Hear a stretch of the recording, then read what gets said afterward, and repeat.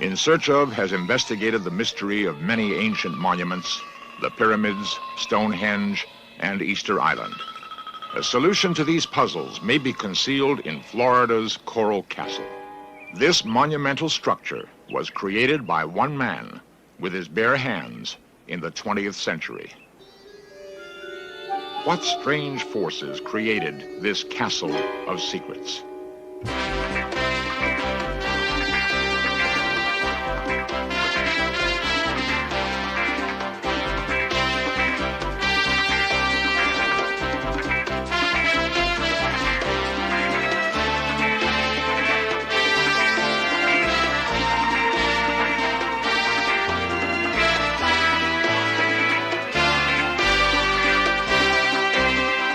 This series presents information based in part on theory and conjecture. The producer's purpose is to suggest some possible explanations, but not necessarily the only ones, to the mysteries we will examine.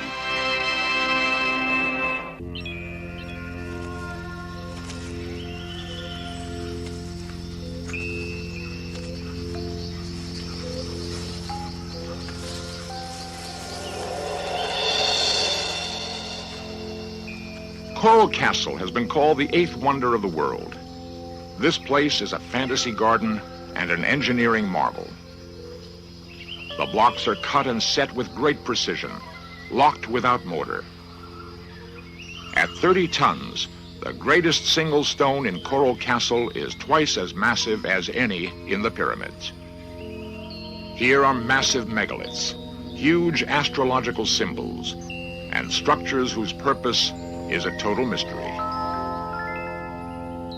Surprisingly, 25 miles away is cosmopolitan Miami. Coral Castle was built not in ancient times, but in the 20th century. Most curious of all, Coral Castle was built in secret by one man, Edward Leedskalnin, a frail little hermit. With no modern machinery and with no help, he somehow hand-carved and lifted every single block, a total of 3 million pounds.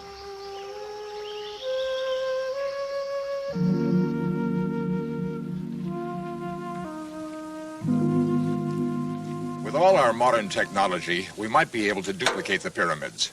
But how could we ever do it with our bare hands? Dreamers beyond the fringe of science have postulated a long-lost art of harnessing anti-gravity. It seems incredible, but Ed Leedskalnin may have rediscovered these ancient secrets. Let's look at his life story. The mystery of Coral Castle began in rural South Florida just after World War I.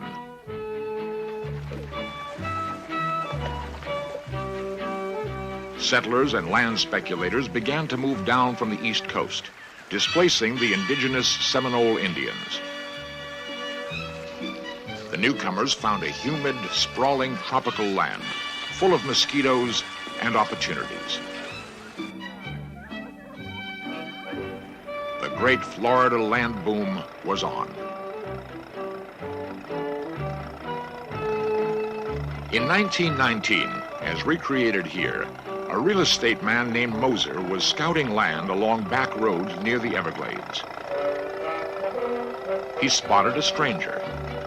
At first, he thought it was a boy and was surprised to encounter a very small grown man.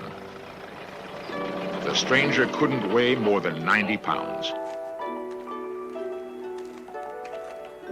Moser, always friendly, offered a ride. The little man introduced himself. Edward Leedskalnin. Recently immigrated from Latvia, he said with a smile. Was searching this part of Florida for a specific plot of land. Moser realized the little man had advanced tuberculosis.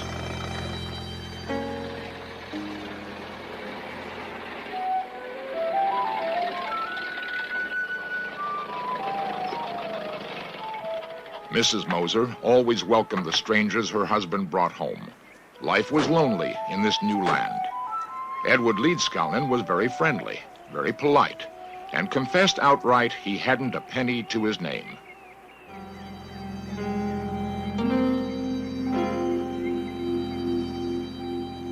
The Mosers selflessly took young Ed into their home and nursed him back to health.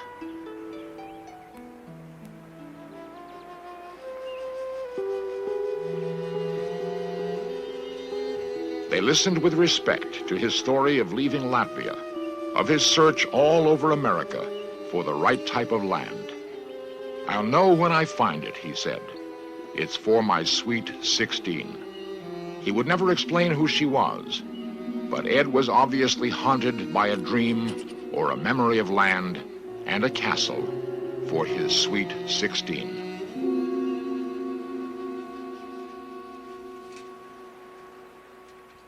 As soon as he regained his health, Ed continued searching the backcountry. Crazy Ed and his rusty bike became the butt of many local jokes. Neighbors, watching him prod the ground, began rumors that he was hunting for buried treasure.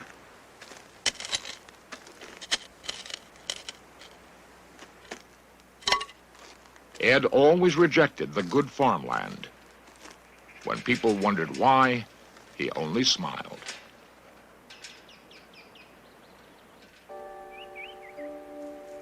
Finally, he excitedly brought Moser to a remote plot. Moser was astounded, for Ed had unerringly located the worst acre in the state.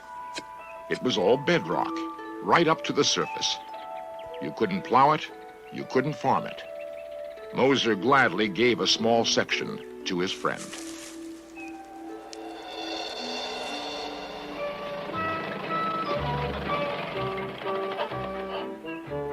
A few weeks later, Moser's curiosity got the better of him.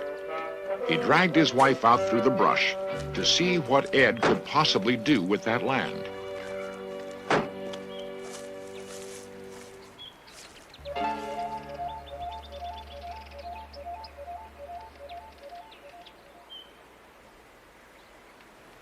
They couldn't believe their eyes. Ed had somehow cut a 10-ton block of solid coral right out of the bedrock and hoisted it into the air. As they nervously approached his flimsy tripod and the block which could crush them in an instant, they realized there was something more than craziness in Ed. How did he do it? Ed smiled and said, "It's not difficult, really. The secret is in knowing how." Why did he do it? He smiled again. "Someday, my sweet 16 will come."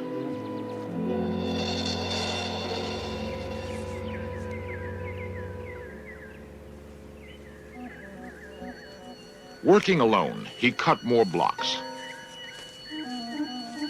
All the locals had to visit and gape at this accomplishment. Ed was friendly, but firm. He would never tell his secret techniques, and he would always stop work when people came near.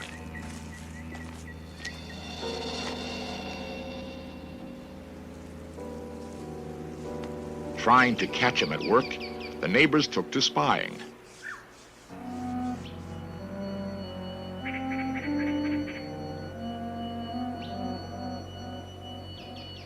Some people swear they saw the rocks move.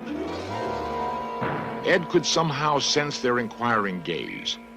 He would simply stop working and patiently wait until they gave up trying to discover his secrets.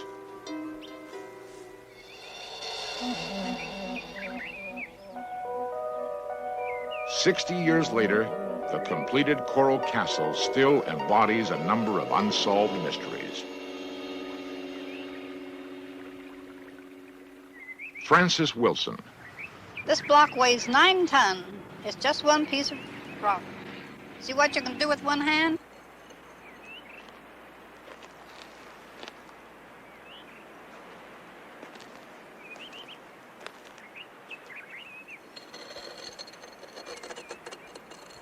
He's quite interested in safety, I know that, and he always wanted to make sure the children couldn't get down in here, and that was his gate to keep children from going down the steps. Those who knew Ed remember him with great respect. Charles Williams and Bodil Lowe. I guess I was maybe 6, 7 years old. I was born and raised about 300 yards from this place, and I would see Ed quite often at the little country store we had, and he was a very slight man. I don't think he was probably any taller than I am. I'm about 5'6". Probably weighed somewhere in the neighborhood of 100 pounds. He always looked frail and sickly, but obviously very strong. He'd say this is because of the stars and the moon, and he would go on and he would show us his electrical machine. Now he made electricity, and he would jump in his bathtub and show how the water would come to certain levels and how he heated it with the sun. And he'd always divert your question. As I say, a very gentle, kind person, and he was, of course, highly intelligent. Many people thought he was a little cracked because he was smarter, I think, than they were, probably. His whole life and whole being was very frugal. Just sustained himself, I think, more or less. And some nights we'd come in the moonlight and sit and walk around in his park. And he would come out and tell us his story if he had a small audience. And he would go along in a very normal sort of a voice, and then we'd ask him why he did it. And they'd say, oh, well, someday my sweet 16 is coming, and he'd look up in the stars, and he would get very ethereal in his voice, and he just loved talking about his sweet 16. And he always spoke of her as sweet 16. She never grew any older. It's kind of nice. There were many rumors about Mysterious Ed. One held that he was an eccentric miser and kept a stash of money. Late one evening in the 1930s, a band of toughs waited until he was alone in Coral Castle. Little Ed could never have imagined such a shocking intrusion into his private world.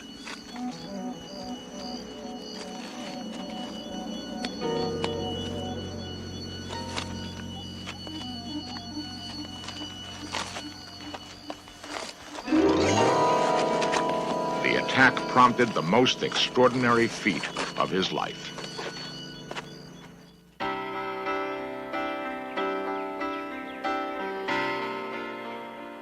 Coral Castle was originally built in a remote area of Florida. For years, Ed Leedskalnin felt safe in isolation, away from the harsh realities of the cities. He had carved this place with his bare hands as a Shangri-La for his sweet 16. Barely surviving a brutal robbery, however, Ed decided to seek safer ground. When he moved, Ed took more than his toothbrush. He took Coral Castle itself. He hired a local truck owner, and with characteristic secrecy, politely asked the man to step around the corner. The truck would be loaded in just a minute.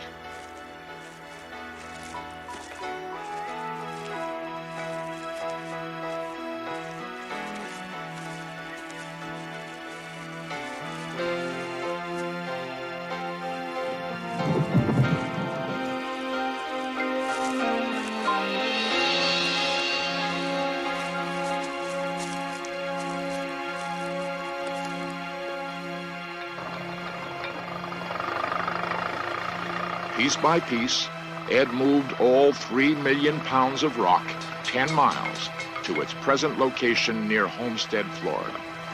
As usual, no one ever managed to see how he lifted the giant rocks, which weighed up to 30 tons apiece. How did he do it? There are many theories. 60 million years ago, this was all of South Florida.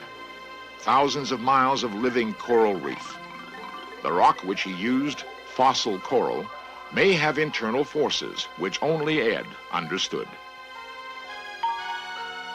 A huge brain coral seems almost conscious, perhaps contemplating ancient secrets. Living coral constructs its own undersea castles. Forces deep in the earth fuse dead coral into oolite, a dense, strong organic rock. And most of South Florida has little topsoil over this bedrock. We asked the men at a rock quarry to try an experiment, to cut and lift a giant block of oolite. With diamond-tipped power saws, the cutting alone took several hours. The only way to break the block free, brute force.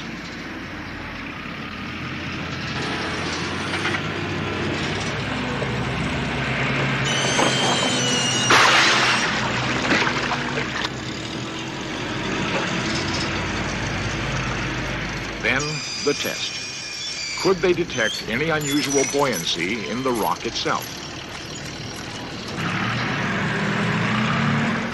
Using a 600 horsepower crane, could they lift the rock?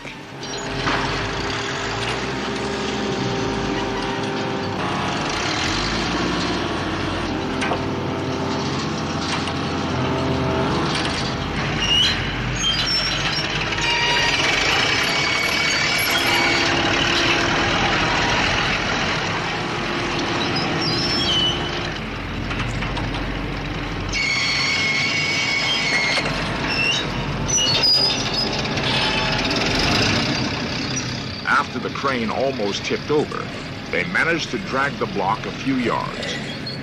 What modern equipment would it take to duplicate Coral Castle?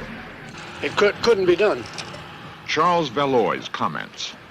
Not with the modern equipment. I wouldn't cut more than 4 foot long and 32 inches wide and 7 or 8 foot long. That's the most I'll cut. And you see the struggle I have getting it out with that machine. This is the only known photo of Ed apparently working. Although he seems to be breaking the block free with wedges, a close look reveals that the block is already cut free, with a cable underneath. Engineers have been puzzled by this photo. Bruce Cathy has extensively studied and written on Earth forces. He believes that a harmonic grid inside the Earth's surface can create actual anti-gravity at certain nodes on the grid, and that Coral Castle was built on a position of harmonic resonance.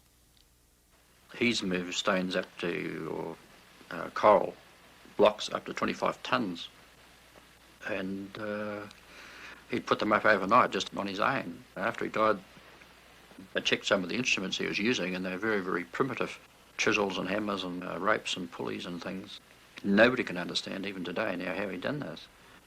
I found when I applied the harmonic mathematical basis to his position on the Earth's surface geometrically, that the same harmonic values popped up on the area where he was. He always said that he had the secrets of anti-gravity and magnetic fields, and he also said that he knew how they built the pyramids. So it appears if he was telling the truth that it looks like he did have these secrets.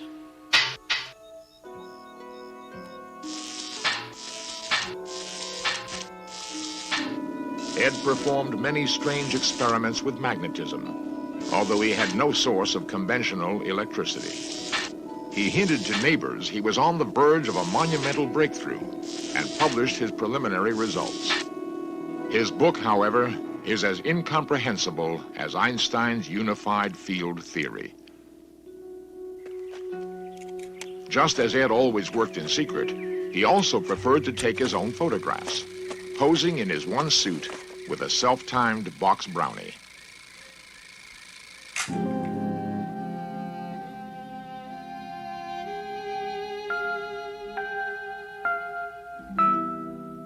These films are not the best quality, but they are the only known movies of Ed Leedskalnin. They were discovered in 1980 in the back of a closet.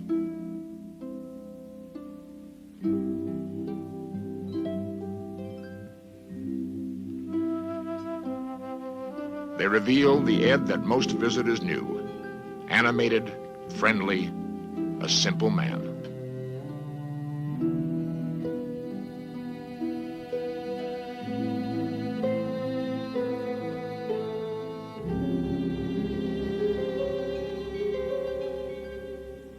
With this same simplicity, Ed awoke one morning in December of 1951. He put on his one suit, hopped a bus, and checked into Miami's county hospital. The doctors were appalled to find him near death from malnutrition.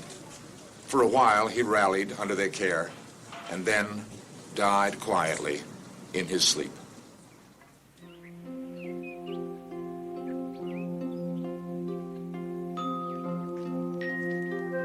Even after his death, Ed left a few surprises.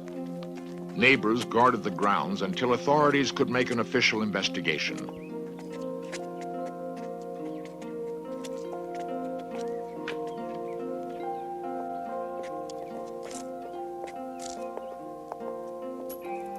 They found his living quarters as Spartan and as ingenious as the rest of Coral Castle.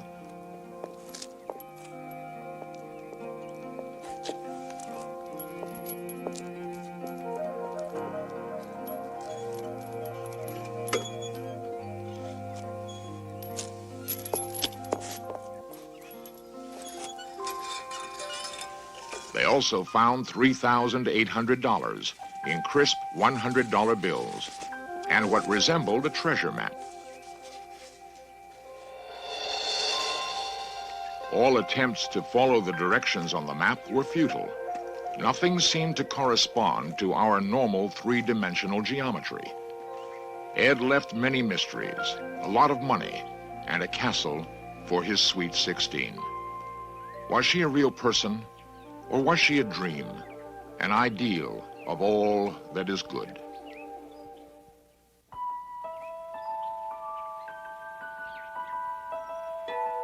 Children love to visit Coral Castle. They instinctively respond to the childlike sense of play which is so magnificently sculpted here. In his life, Edward Leedskalnin carved and lifted over 3 million pounds of rock. Yet there is one small stone weighing 50 pounds, which he never managed to lift. Ironically, on both sides of his simple grave in Miami are the graves of 2 little children. We think he would have felt at home.